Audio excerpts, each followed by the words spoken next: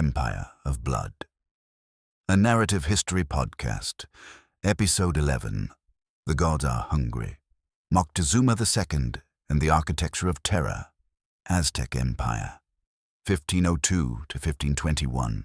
The year is 1487, Tenochtitlan, the greatest city in the Western Hemisphere, a place that would not be matched in size or splendor by anything north of the Aztec Empire for another century.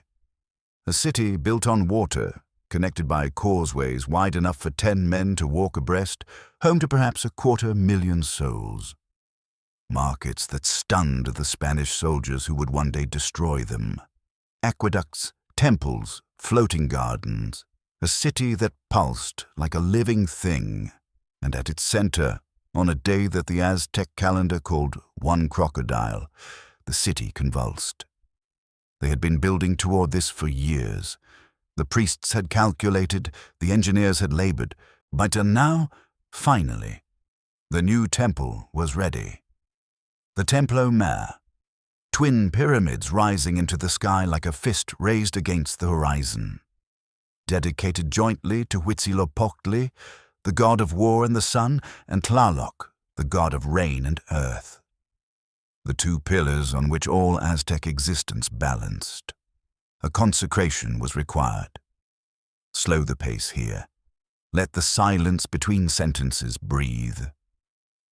The line of captives stretched so long that eyewitnesses, and yes, there were eyewitnesses, and yes, they recorded this, described it as reaching to the horizon.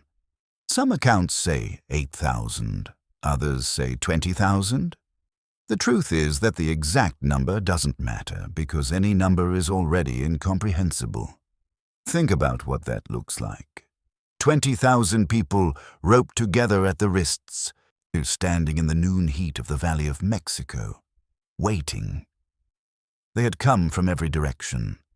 Warriors taken in the so-called flower wars, ritualized conflicts designed in part precisely to supply captives for occasions like this. Enemies of the state. People who had refused to pay tribute, cities that had risen up and been crushed. They were, in the brutal accounting of the empire, already dead.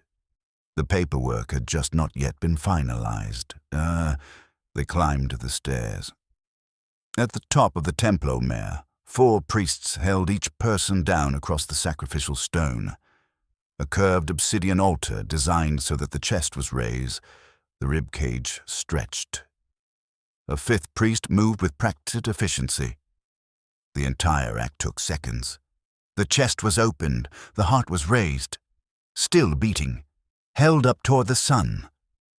Pause here. So let that image settle. Then continue, quieter. They called it nextlahualli, the debt payment, the idea, and this was not metaphor to them, this was physics, this was how the universe worked, was that the sun required blood to move across the sky. Without the debt payment, the sun stopped, the crops died, the rains refused to come, the world ended. Every heart torn from every chest was, in the logic of the Aztec cosmos, an act not of violence but of maintenance. The ceremony lasted 4 days. Historians have debated the numbers for a century. The largest estimates, the ones the Spanish recorded with obvious horror and possibly some exaggeration, suggest anywhere from 10 to 80,000 sacrifices during that single dedication. Even the lowest scholarly estimates are staggering. What is beyond debate is that the event was enormous, deliberate, public, and celebrated. Dignitaries from neighboring states had been invited to watch. Representatives of peoples who had not yet been conquered, not yet brought under the tribute system, sat in the stands at the base of the pyramid and observed. That was the point. That was, in fact, the entire political strategy embedded in the ceremony. Watch what happens to people who resist us. The man who ordered this, who oversaw the construction of the new Templo Mayor, who organized the flower wars that filled the lines, who invited the foreign dignitaries and understood the message they were being sent. was Tizoc's successor, Ahuitzotl, the sixth Tlatoani of the Aztecs, and the man who would take his throne 15 years later, who would inherit this machinery, who would refine it and weaponize it and ultimately be destroyed by the contradictions it created. That man was watching from somewhere in that crowd. His name was Moctezuma II. We call him Moctezuma II.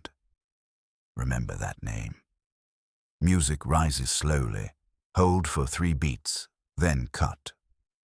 Before we can understand Moctezuma, we have to understand the world he was born into, because he did not create this world. He inherited it, refined it, and was consumed by it.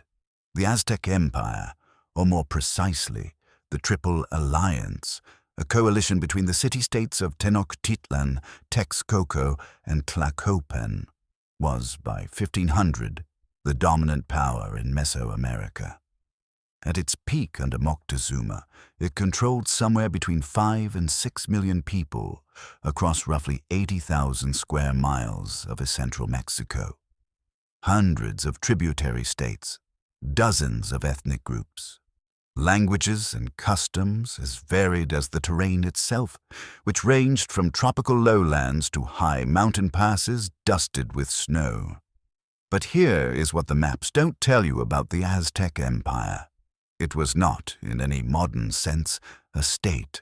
It had no single unified military, no standing bureaucracy in the way we understand bureaucracy, no roads the way Rome had roads.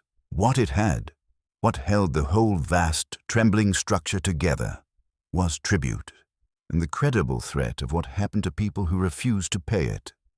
Slow here. This paragraph is load-bearing. Tribute is a word we use casually. We should be more careful. Aztec tribute was not a tax. It was not a negotiated agreement between a government and its citizens. Tribute was the systematic extraction of wealth, food, cloth, cacao, jade, gold, copper bells, jaguar skins, and eagle feathers, and human beings, from conquered peoples who had 2 options, pay or be destroyed. There was no third option, there was no appeals process, there was no ombudsman. The tribute lists that survive, the Matricula de Tributos, compiled in the years around the conquest, read like an invoice from a fever dream. 47 major tributary provinces. Each province required to deliver specific quantities of specific goods at specific intervals. Maize in the tens of thousands of bushels, cotton cloaks by the tens of thousands, cacao beans by the hundreds of loads, live eagles, live jaguars, children in some records, and always, always, the expectation of soldiers, men who could be taken to fight, to die, or to be sacrificed. The empire existed to feed Tenochtitlan, and Tenochtitlan existed, in its own cosmological accounting, be to feed the gods. This was not incidental. The religious and the political were not 2 separate systems that happened to operate alongside each other. They were the same system. The gods demanded sacrifice. The sacrifice required captives. The captives required war. The war required tribute to fund it. The tribute required the terror of what happened if you refused, and the terror was justified by the gods. A perfect, self-sealing loop. Pace picks up here. This is the mechanics. The Aztecs had a word for themselves. Mexica. They were, in their own mythology, a chosen people. They believed when they seem, and this belief was not cynical, not simply propaganda, but genuinely held, that they had been selected by Huitzilopochtli, the hummingbird god of the sun, to carry out his work on earth. That work was conquest, and the expansion of the empire was not imperialism in the sense we understand it. It was liturgy. Every new city brought under the tribute system was another offering. Every sacrificial victim was another payment on the cosmic debt. But underneath the theology, there were pressures that were entirely earthly. The Valley of Mexico was ecologically stressed, a closed basin with limited arable land supporting an exploding population. The Chinampas, the famous floating gardens built on Lake Texcoco, were brilliant agricultural engineering, but they had limits. Tenochtitlan had grown so large, so fast, that it could not feed itself from its own territory. It needed the grain of conquered provinces, the way a modern city needs supply chains. Drought was the constant specter. So the Aztecs had lived through the one-rabbit famine of 1450 to 1454, a catastrophic 4-year collapse of the agricultural system that killed an unknown number of people and reportedly forced families to sell their own children into slavery to buy food. The memory of that famine lived in the institutional memory of the empire long after the crops returned. It explained the obsession with stockpiling tribute goods. It explained the terror of any disruption to the supply lines, and it explained, partly, why the rituals of sacrifice only grew more elaborate, more demanding as the century progressed. If the gods had sent the famine, then the gods clearly needed more. The debt payment had been insufficient. The solution was obvious. More blood. Pause. Then quieter, colder. There is a concept in political science called the legitimacy trap. It describes a situation where a government becomes so dependent on a particular source of legitimacy. Religious authority, ethnic nationalism, revolutionary ideology, that it cannot reform or retreat from that source without destroying the basis of its own power. Any step back looks like weakness. Any acknowledgement of failure looks like apostasy. The Aztec Empire was in a legitimacy trap of spectacular proportions. The priests had spent a century elaborating the theological case for sacrifice. The military had built its identity, its promotions, its prestige, its social hierarchy, around the capture of sacrificial victims. The merchants had organized themselves around tribute goods. The entire social order, and from the Tlatoani at the apex to the lowest maize farmer at the base, had been organized around a system that required constant expansion and constant violence to sustain itself. Any emperor who tried to reduce the scale of sacrifice was not reforming a religious practice. He was undermining the entire cosmological order on which his own authority rested. Any emperor who tried to negotiate with rebellious tributaries rather than crush them was not being diplomatic. He was signaling weakness to every other tributary province that was watching and calculating. The empire ran on fear, and fear, like any fuel, requires constant burning. This was the world that produced Moctezuma II. This was the machine he was trained to operate. And this brittle, brilliant, blood-soaked system was what he would inherit. The question is not whether Moctezuma was a monster. That's the wrong question. The question is, what kind of man does a system like this require? What qualities does it select for? What beliefs does it produce? To answer that, we have to go back. Back to the man before the throne. Cliffhanger music sting, hold, fade. He was born, most sources agree, sometime around 1466. The exact date is uncertain. Aztec record-keeping was meticulous about ritual calendars and tribute cycles, less so about birthdays in the way we think of them.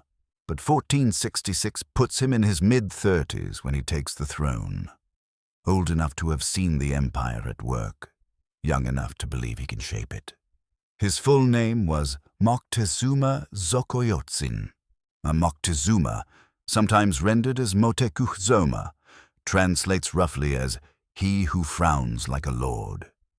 Xocoyotzin means the younger one, or more precisely, the revered younger. a designation to distinguish him from his great-grandfather, Moctezuma Ilhuicamina, Moctezuma the Elder, who had been the fifth Tlatoani and had himself done considerable damage to the peoples of Mesoamerica. The name is worth sitting with. He who frowns like a lord, not he who laughs, not he who is beloved. The Aztec naming tradition often embedded character or destiny in the name, and in Moctezuma's case, the sources that survive are remarkably consistent. He was a serious man, intense, cerebral, prone to silence where others would speak. Shift tone here, more biographical, more specific. He was the son of Axayacatl, the sixth Tlatoani, and was educated at the Calmecac, the elite school attached to the temple complex where the sons of nobles and priests were trained. This is important.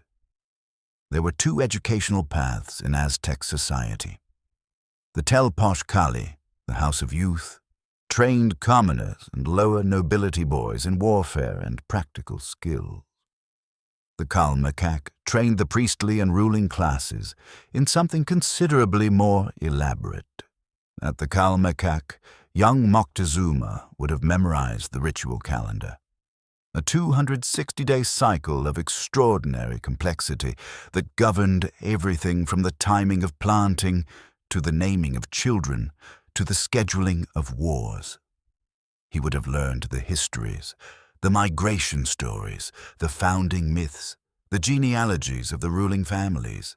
Or he would have learned the theology, the identities and appetites and personalities of hundreds of deities, the correct protocols for each ritual, the precise verbal formulas required to address each god.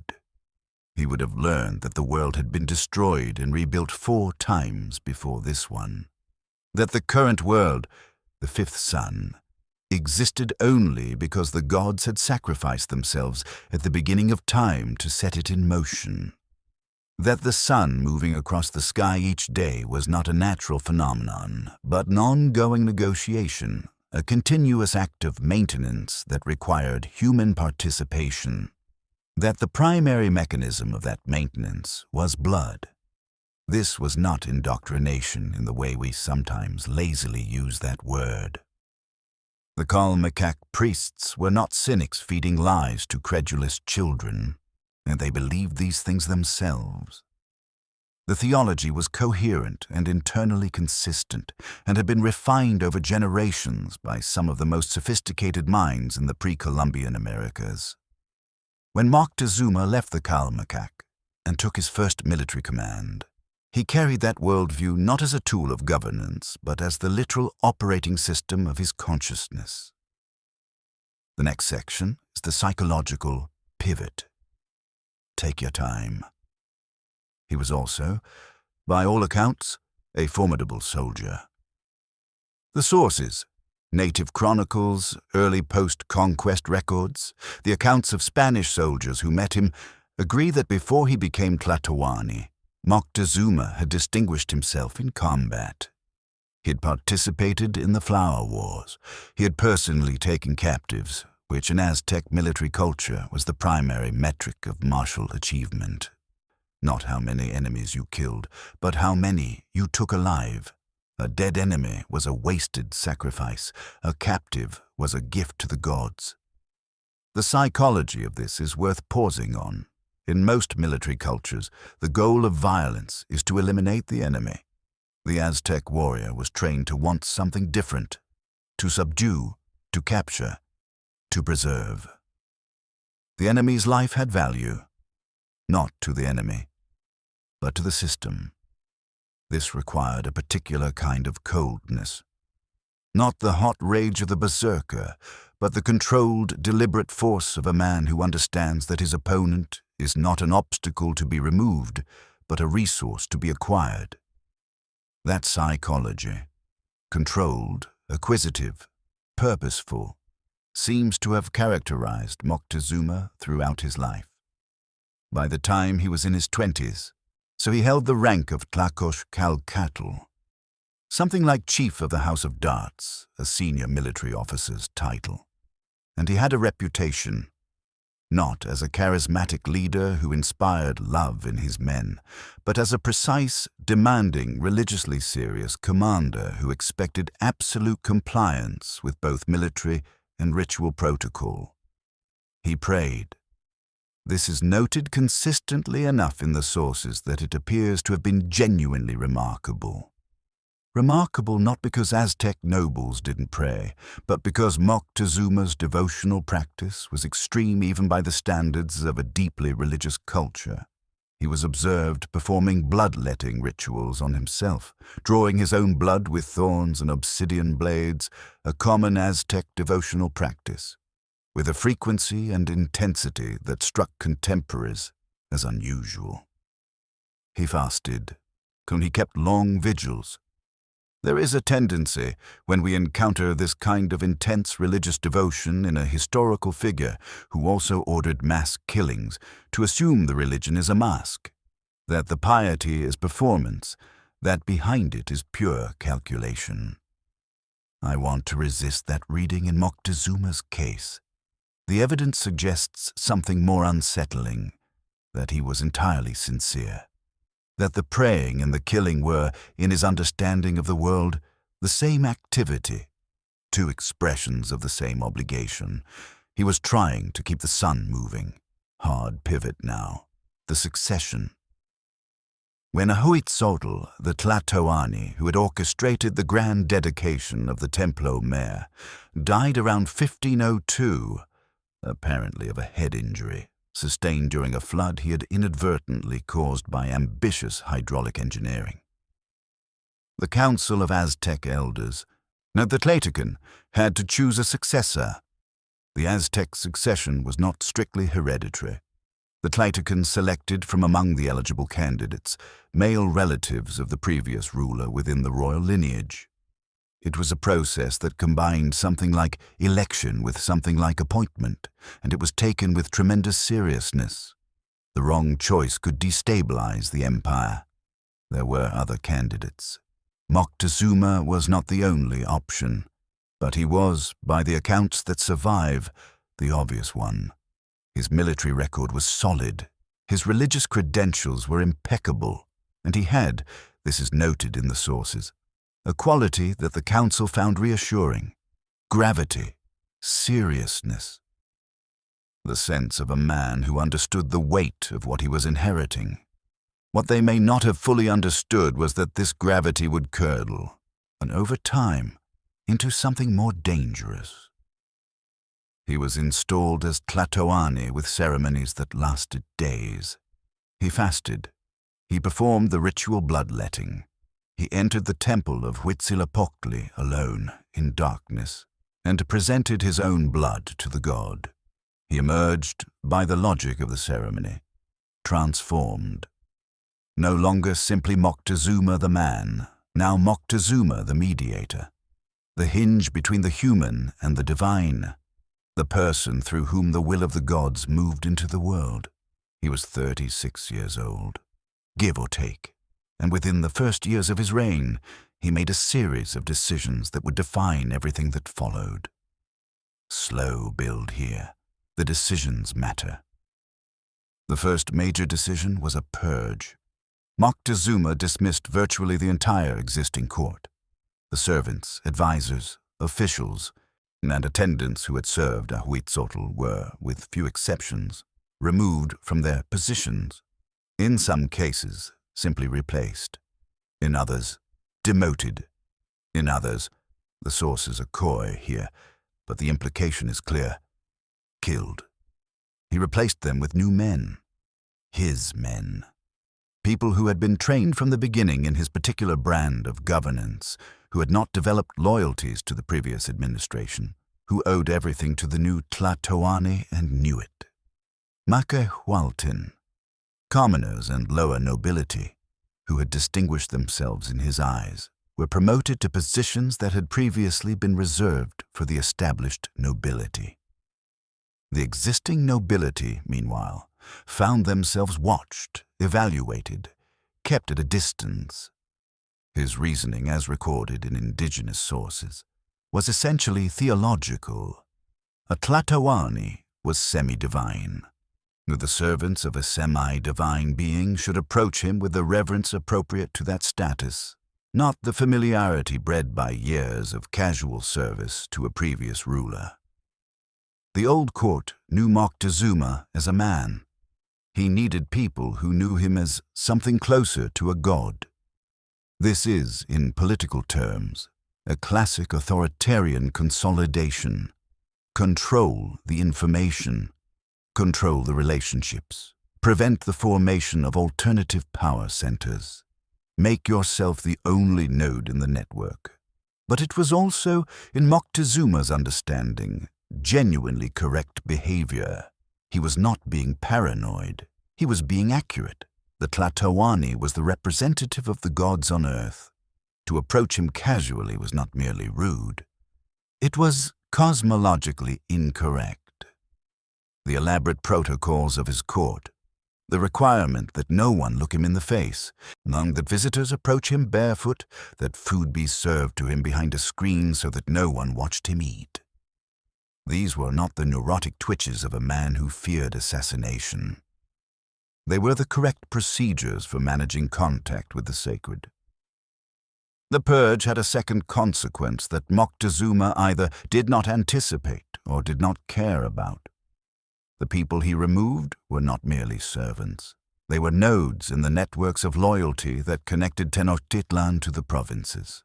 The Aztec Empire, remember, ran not on roads and standing armies, but on relationships, on the personal connections between imperial officials and local leaders, on the marriages and the gift exchanges, and the long-cultivated sense that cooperation with the empire was worth more than resistance to it. By replacing the court with his own men, loyal to him personally but unknown to the provinces, Moctezuma severed 1,000 threads of the web that held the empire together. He had, in the name of theological correctness, traded resilience for control. It was the first crack in the foundation. It would not be the last. Breathe here, then the tribute system. The second major decision was the intensification of tribute enforcement. The tribute system that Moctezuma inherited was already brutal. What he did, and the sources are clear that this was a deliberate policy choice, not simply a continuation of existing practices, was make it more systematic, more demanding, and more unforgiving of failure. The Kalpixk, the tribute collectors, were empowered to demand more.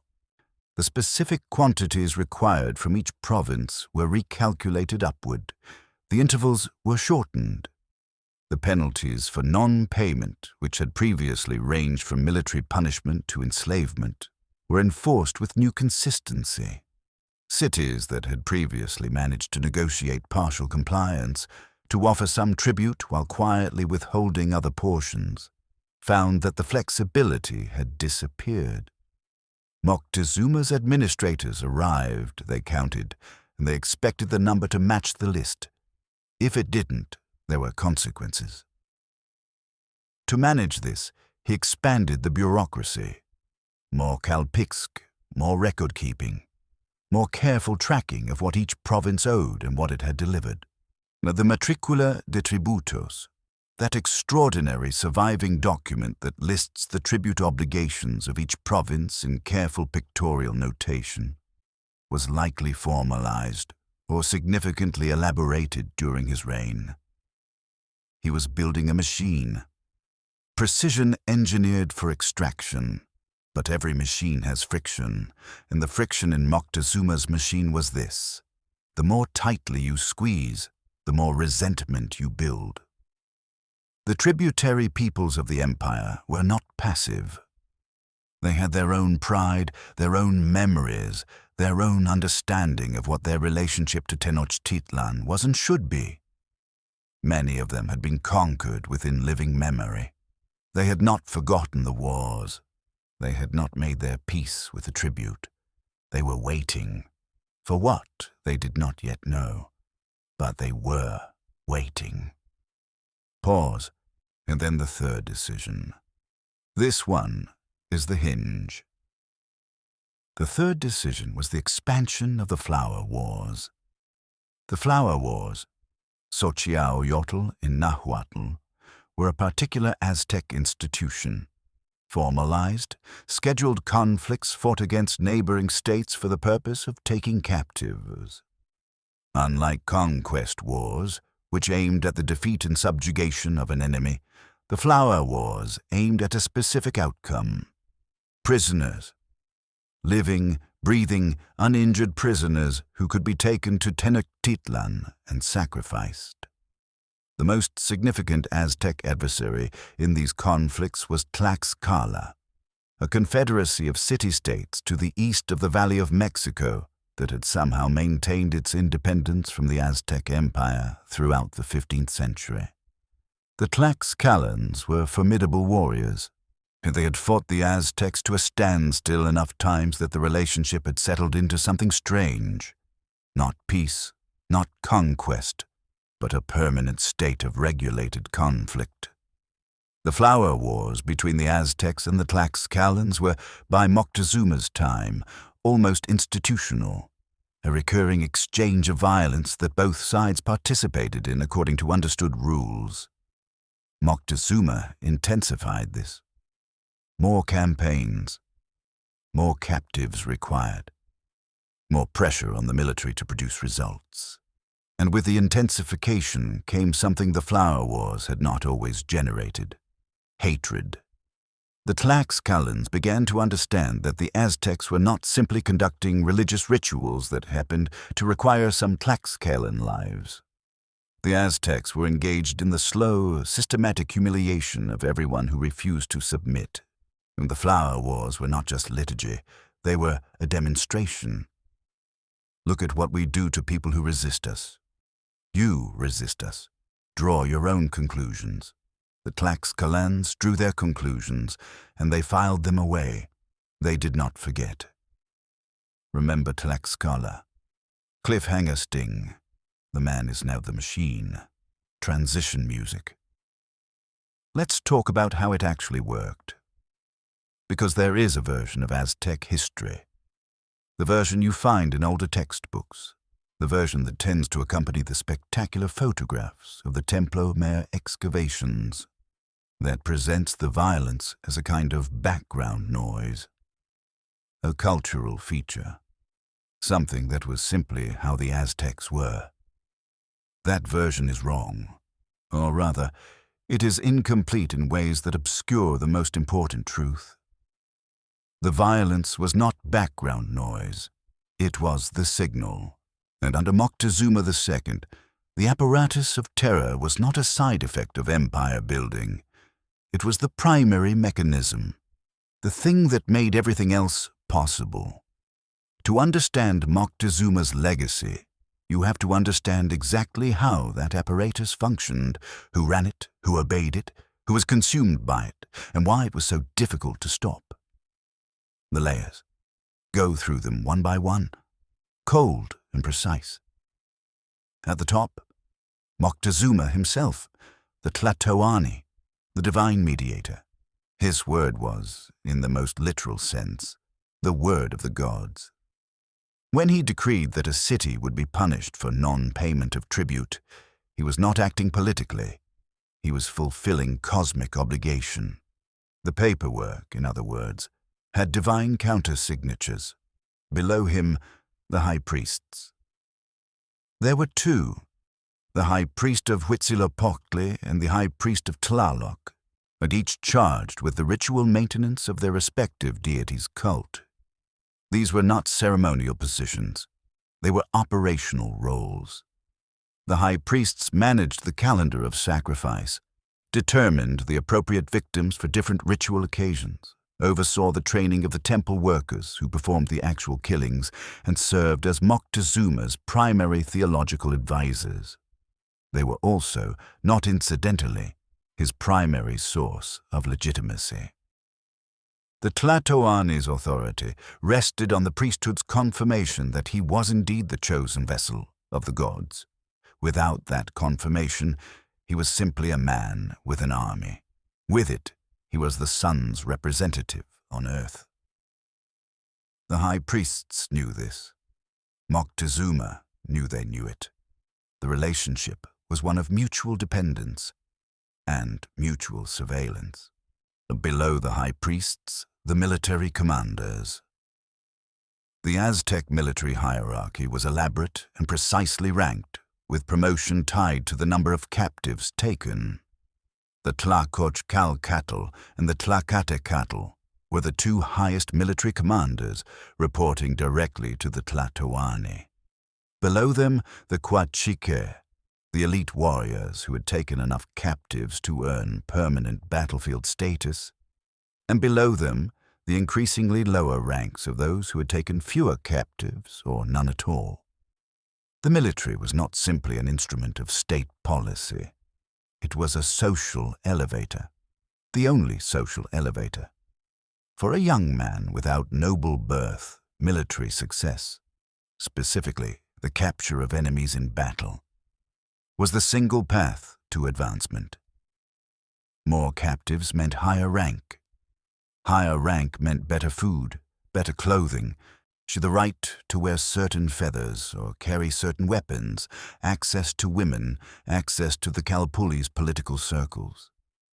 The military machine was kept running not only by imperial decree but by the ambitions of 100,000 young men for whom it was the only game in town. The middle layer, this is where the rubber meets the road. Below the commanders, the tribute collectors. The Kalpixk were the empire's most hated functionaries. They traveled in small groups to tributary cities, typically accompanied by armed escorts, carrying their tribute lists and their authority. They arrived, they inspected, they counted, and they reported. If the numbers were short, if the cotton cloaks were 30 fewer than the list required, if the cacao loads were underweight, the Kalpixk had the authority to demand immediate rectification. But what did rectification look like? Depending on the size of the shortfall and the history of the city in question, it could mean anything from a warning to the execution of local officials.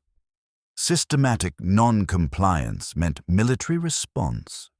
And military response in the Aztec system did not mean occupation. It meant exemplary destruction.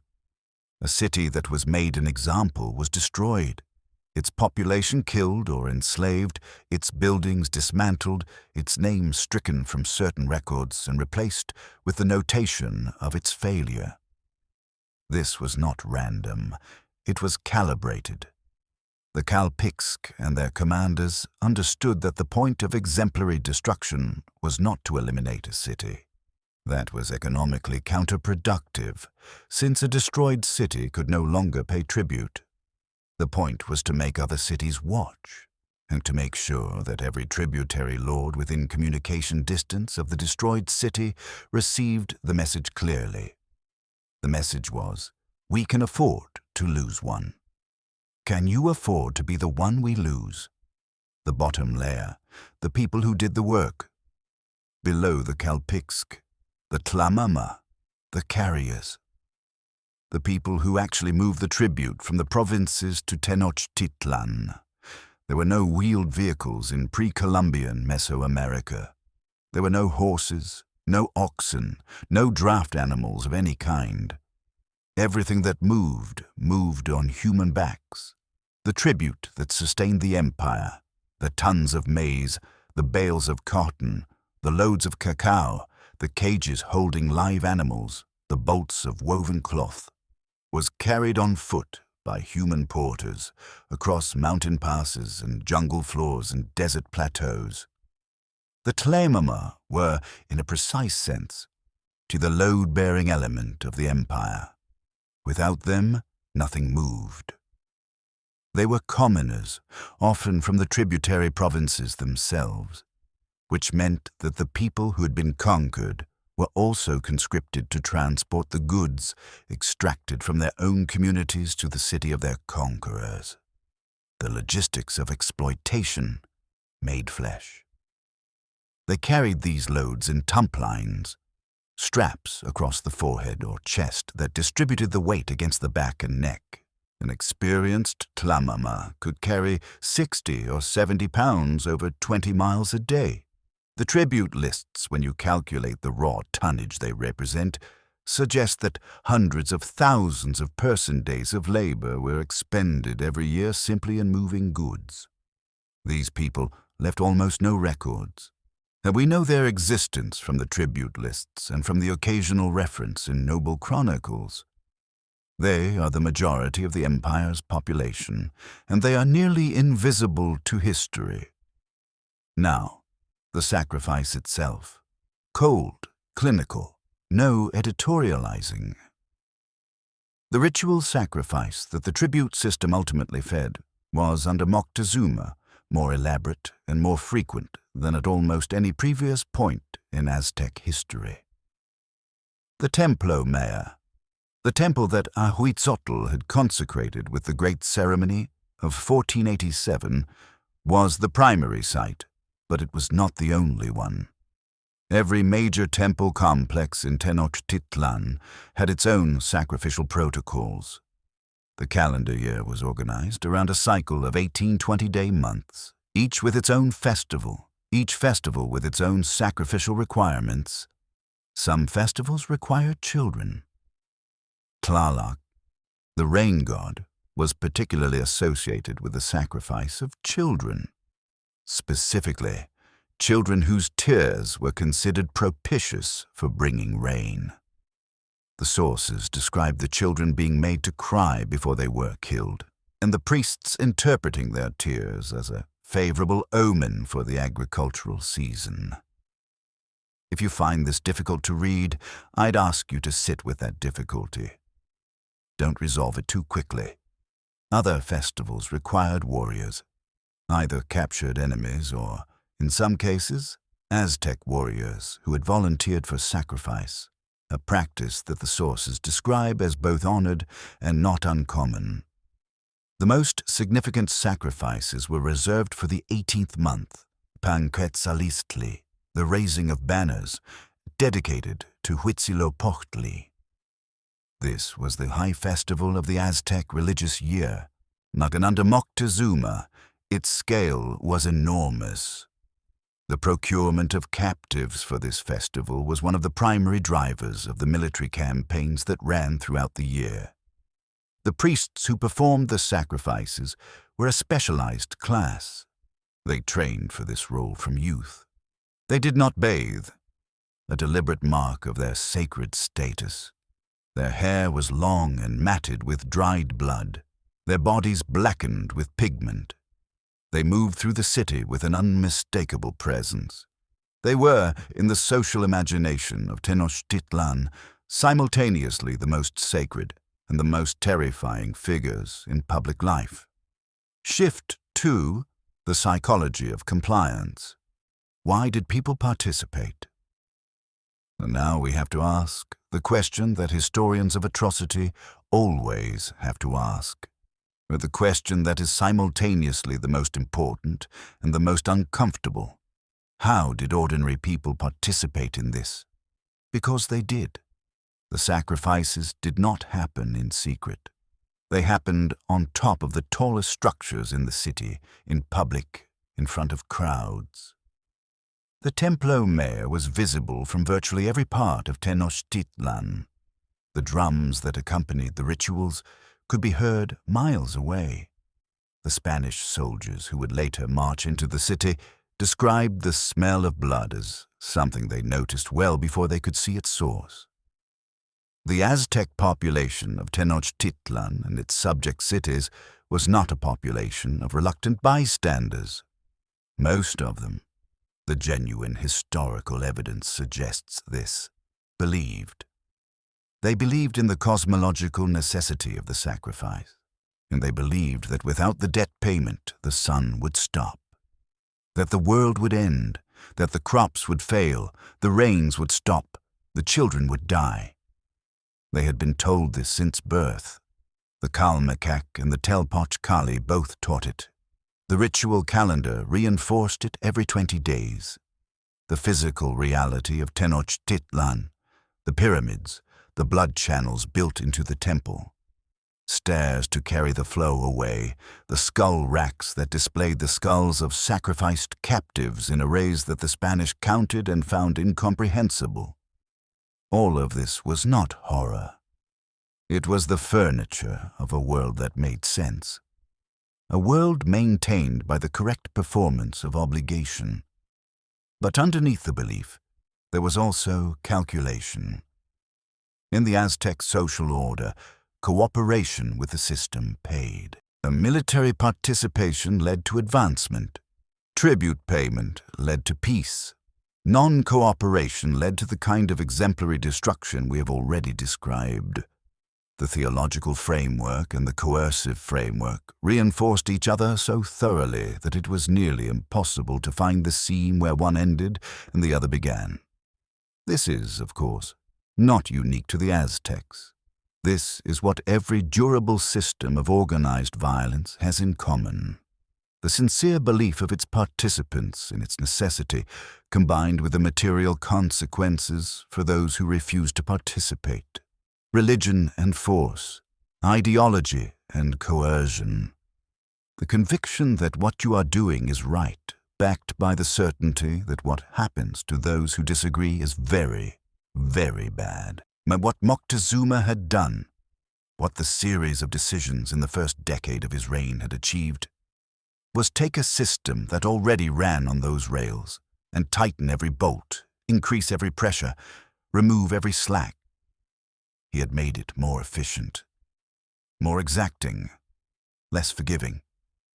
He had built, in other words, a perfect machine, and perfect machines, when they break catastrophically. Cliffhanger. The ships are coming. Hold. Cut to silence. In 1517, Aztec traders on the Gulf Coast reported something strange. Floating towers on the water. Structures moving across the sea under white clouds that seemed to catch the wind. Moctezuma received the report. He asked questions. He received more reports. He consulted the priests. He consulted the calendar. He looked for precedents in the mythological record. And he found one, or thought he found one.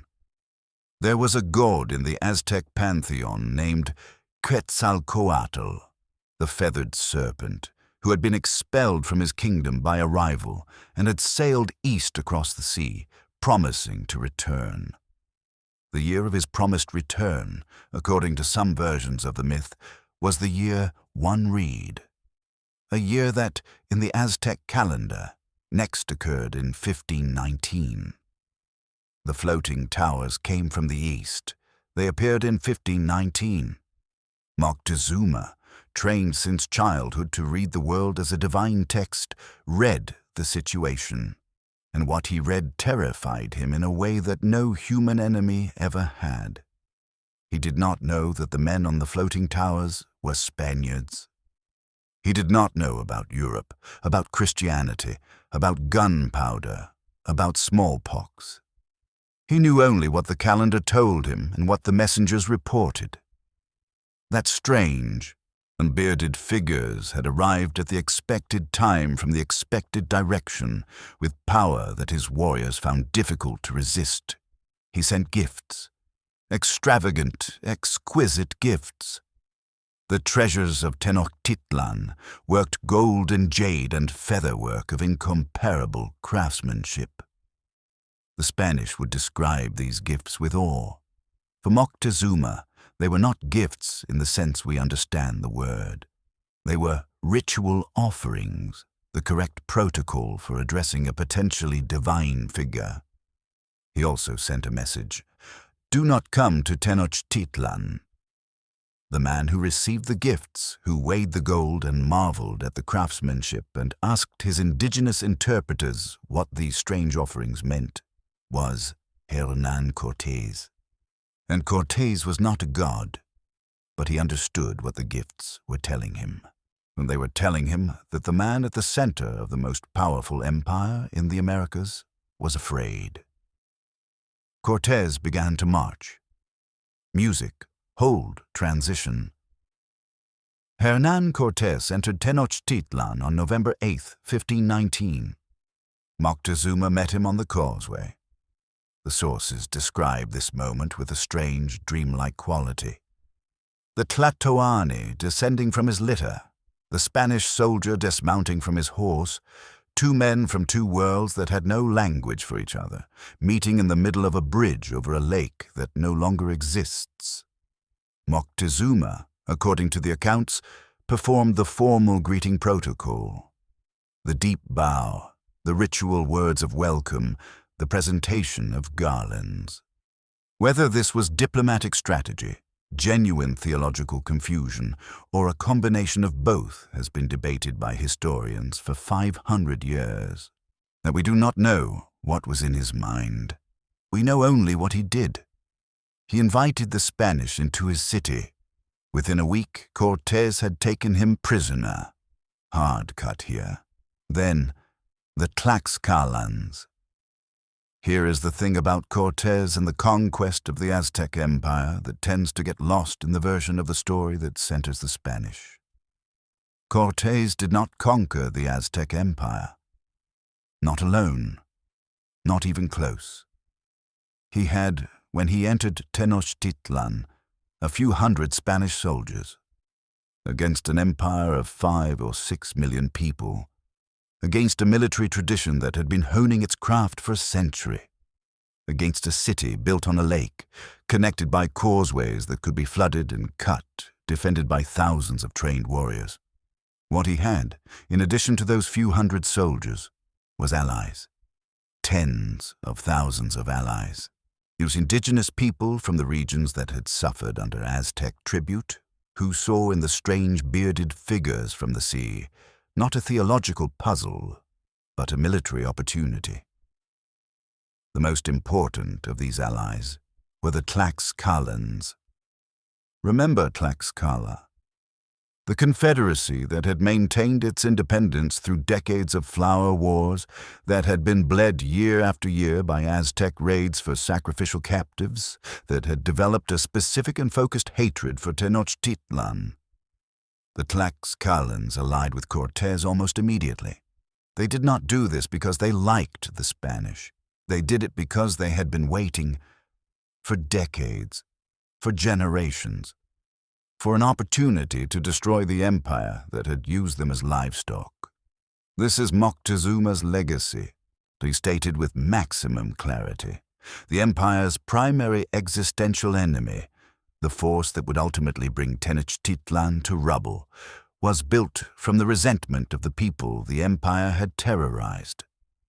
Every captive taken in the flower wars, every city made an example of, every province squeezed past the point of tolerance, every local official executed for a tribute shortfall, every person who watched their community humiliated and filed the memory away.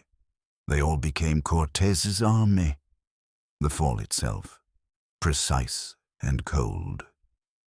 Moctezuma died in June of 1520 during a period of extreme violence in Tenochtitlan.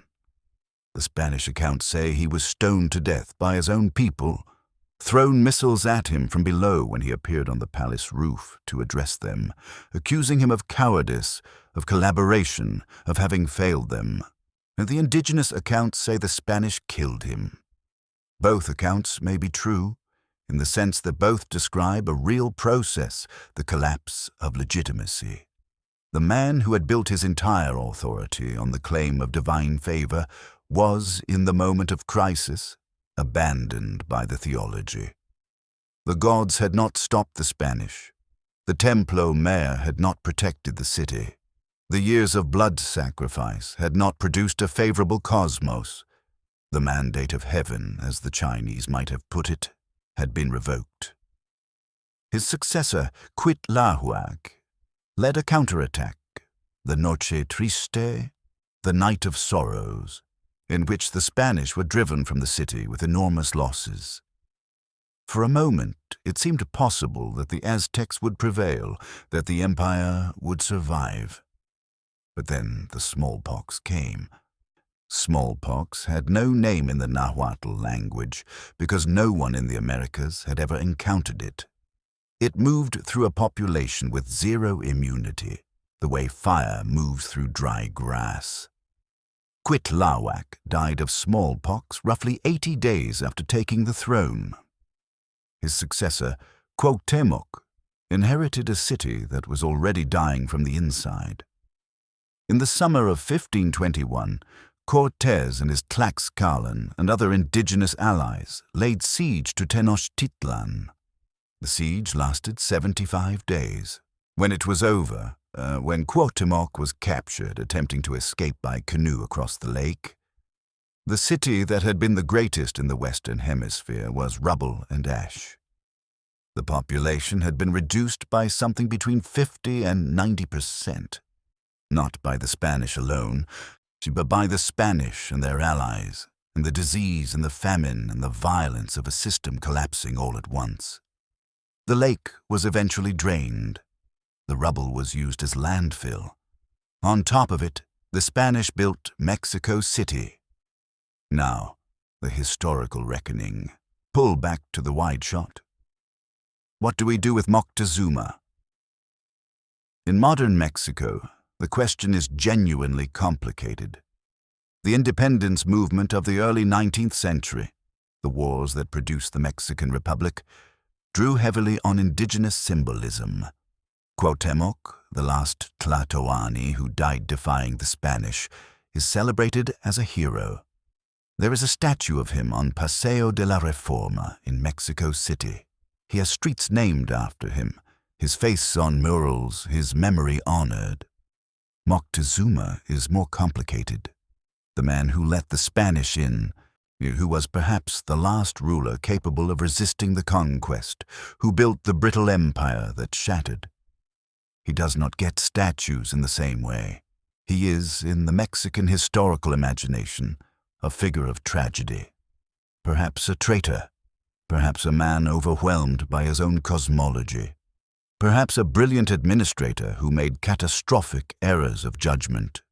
All of these things are probably true. Outside Mexico, the historical memory is simpler and therefore more distorted. Moctezuma as exotic tyrant, as human sacrifice orderer, as the obstacle that Cortés removed on the way to civilization. This reading requires the erasure of everything we have discussed in the last 2 hours. The complexity of the Aztec cosmological system, the material pressures that drove Aztec expansion, the extraordinary achievements of a civilization that had built cities and agricultural systems and astronomical calendars of genuine brilliance. It also requires the erasure of the fact that the Spanish conquest, which followed, killed more people than the Aztecs ever did, that the smallpox alone may have reduced the indigenous population of central Mexico by 70 to 90% within a century of contact, that the labor systems the Spanish imposed, the encomienda, the mita, were not obviously more humane than the tribute system they replaced, and in some respects were worse. History does not have clean villains and heroes.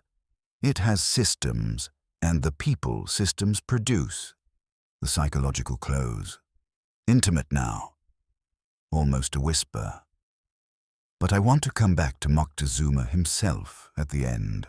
Seb, because I think the most important thing about him is not his cruelty, which was real, or his intelligence, which was also real. It is his blindness. Moctezuma was a man who could not see what his system was producing, because the system was also the lens through which he saw. The resentment building in the tributary provinces was, in his cosmological framework, simply evidence that those provinces had not yet fully accepted the correct order of the world. The violence of the tribute enforcement was not evidence that the system was creating its own enemies. It was evidence that the system had not been applied firmly enough. The gods, in his reading, were not satisfied because the offerings had been insufficient. The drought that came, the floods, the omens, these were not signs of a system in crisis. They were signs of a system that needed to be pushed harder, fed more, maintained with greater devotion. He intensified. He tightened. He demanded more. And the system, precisely because he had made it so efficient, so unforgiving, so perfectly calibrated for extraction. The system produced exactly what it was designed to produce: resentment, hatred, the careful, patient accumulation of rage in 1,000 provinces that had been waiting for the moment when resistance was possible. The Spanish provided that moment. They were the spark, but the fuel, the enormous, decades-old, carefully tended fuel, was Moctezuma's own creation. This is the pattern that empire tends to produce, again and again, across history and culture and geography. The mechanism that makes expansion possible also makes the expanded system fragile. And the terror that enforces compliance also produces the hatred that, when circumstances allow, becomes revolt. The centralization that makes the emperor feel secure makes the whole structure dependent on the emperor's continued correct judgments. And emperors, being human, do not always judge correctly. Moctezuma judged the gods correctly. He understood the ritual calendar with extraordinary precision. He performed his devotional obligations with genuine sincerity. He prayed and fasted and bled himself and climbed the stairs of the Templo Mayor in the darkness before dawn. He could not see the ships, not because he was foolish, but because he had been trained since childhood to look at a sky full of omens and see the will of the gods. The gods he knew. The theology he had mastered told him what the signs meant. But the signs, to this time, were not from the gods. Final pause. 3 beats. The Templo Mayor was destroyed in 1521. For 400 years, its ruins lay under Mexico City, forgotten, built over, erased. In 1978, workers digging to lay electrical cables in the center of the city struck a massive stone disc 8 feet across, carved with the image of the dismembered moon goddess Coyolxauhqui. Further excavation followed. The ruins of the Templo Mayor, the great double pyramid that Moctezuma had maintained, that Ahuitzotl had consecrated with rivers of blood, that the priests of Huitzilopochtli had climbed every day for a century, emerged from beneath the streets of modern Mexico City. Block by block, layer by layer, the archaeologists uncovered what had been buried. The site is now a museum. You can visit it. You can walk through the excavated foundations, the skull wrecks, the offering caches that contained jade and coral, and the bones of sacrificed children and the remains of animals from every corner of the empire. You can stand where the pyramid once stood and look up at the sky that it once pierced. The city that was built on top of it. Mexico City, one of the largest cities in the world, hums with traffic above you. The present pressing down on the past. And somewhere under your feet, in the deep archaeology of a civilization that was brilliant and cruel and sincere and self-destructive in equal measure, is the world that Moctezuma built. He was trying to keep the sun moving. The sun is still moving. He is not.